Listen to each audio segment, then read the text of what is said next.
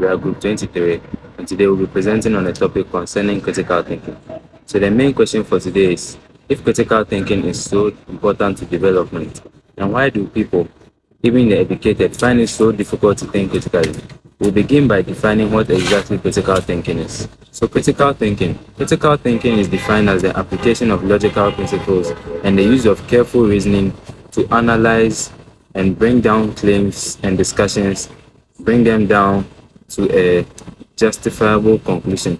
For example, you hear something, critical thinking, with the help of critical thinking, you analyze it, the parameters, and understand why it is true or why it is not true. One of the early theorists of the concept of critical thinking, John Dewey, defined it in his book How We Think as a careful, active, consistent, and persistent consideration of any belief in light of the evidence that supports it. So we'll move on to the case for critical thinking. I will be explaining why critical thinking is so important and why it goes beyond just school. On a personal level, a philosopher called Habal Sijal says that teaching people to think for themselves is actually about respecting them as human beings. Everyone has the right to question things and make up their minds on their own. On a bigger level, a scholar called Martin Lippmann says that for a country to grow and function well, its people needs to be able to think carefully, fix their own mistakes, and make good decisions, not just following instructions. And when it comes to government and democracy, if citizens do not think critically, they become easy to manipulate. Bad leaders can tell them anything and they will believe. So critical thinking isn't just useful in school, it is what keeps a society healthy and free. I will explain why our own minds make critical thinking hard. A researcher named Kahneman explained that we think in two ways. System 1, which is fast, automatic, and driven by feelings. System 2, which is careful and logical. The Dunning-Kruger effect. The Dunning-Kruger effect is a cognitive bias, whereby a person with a lower knowledge in a certain skill thinks that he is overconfident and has more knowledge in the skill, whereas people who are more educated on a certain skill are open-minded on the little they know and their willingness to learn more. Key characteristics of the Dunning-Kruger effect: overconfidence in one's limited knowledge. People who are experiencing the Dunning-Kruger effect always have confidence in themselves or are overconfident in what they know and what they can do. For example, a driver with limited knowledge in driving would think that after one lesson, he's a very good driver. And another real-life example of such things are students, after reading one or two slides, think that they are well prepared for an examination. Another characteristic is the difficulty in one noticing his own error. People who suffer the Dunning-Kruger effect are not able to recognize their own errors or their own mistakes because they are very confident in themselves and in the knowledge they know, in the little knowledge they know. In simple terms, the less you know, the more you are confident in your take. The more you know, the more open-minded you are to learning more. A certain simple real-life scenario in which this can happen is a student learning over one page or one section of a topic and thinking he's well prepared for an exam, or a driver after one driving lesson thinks that he knows how to drive very well.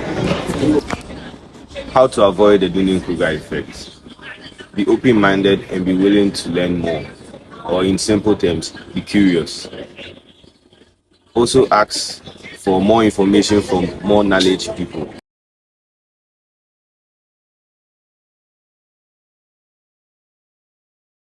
I'm here to explain how educational system in many countries create barriers to critical thinking, including right here in Ghana. Examinations like the BEC and WASI BEC, also in China, with the Gaokao. Students are trained to memorize and repeat answers during examination, popularly known as the SHUREM. A thinker called Paulo Freire how does the banking method of education, where the tutor puts information into the students like money in the bank and the student stores and retrieves it during examination. In many countries, asking questions in class feels rude and insolent. Whilst according to a thinker John Derry, critical thinking begins with doubts and questioning. Critical thinking dies when there is no doubt. That teaches students from young age that success comes from agreeing, not questioning. Thank you. Outside school, things aren't much better. A scientist called Solomon Ash did a research where people denied what their own eyes could see just to agree with the people around them.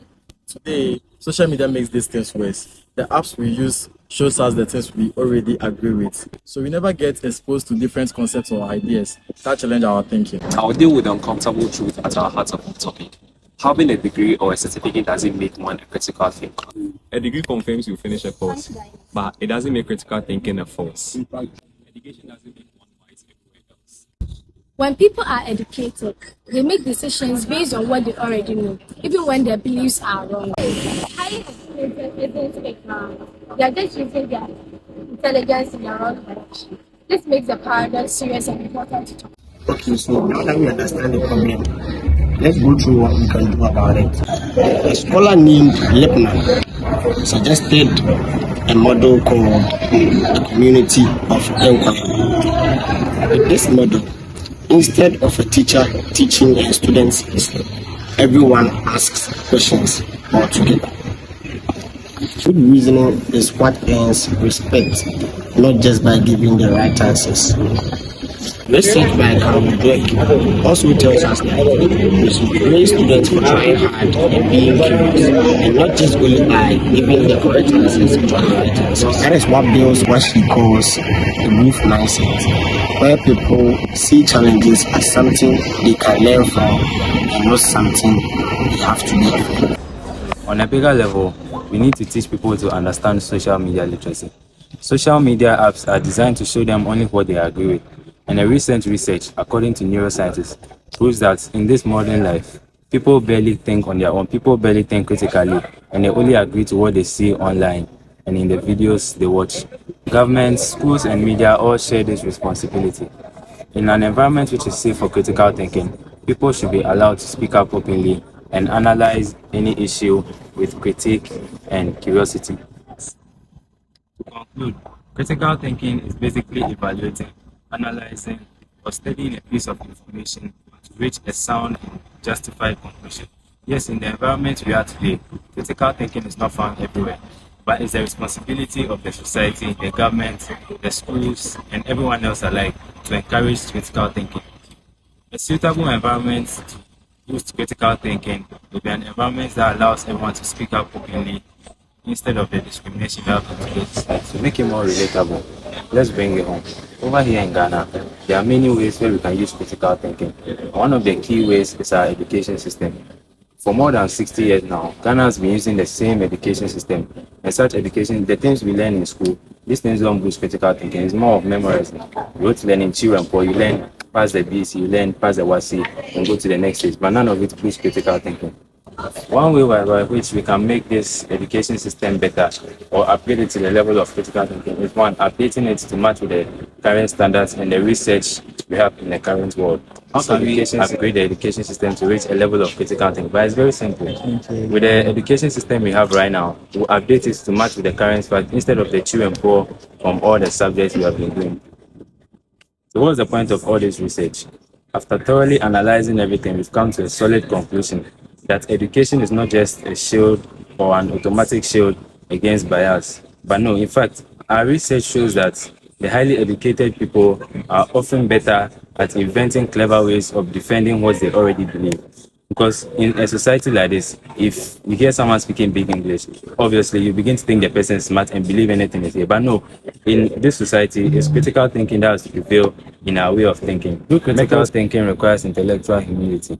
We should be willing to accept the fact that our degrees and everything we learn in school doesn't make us immune to being wrong.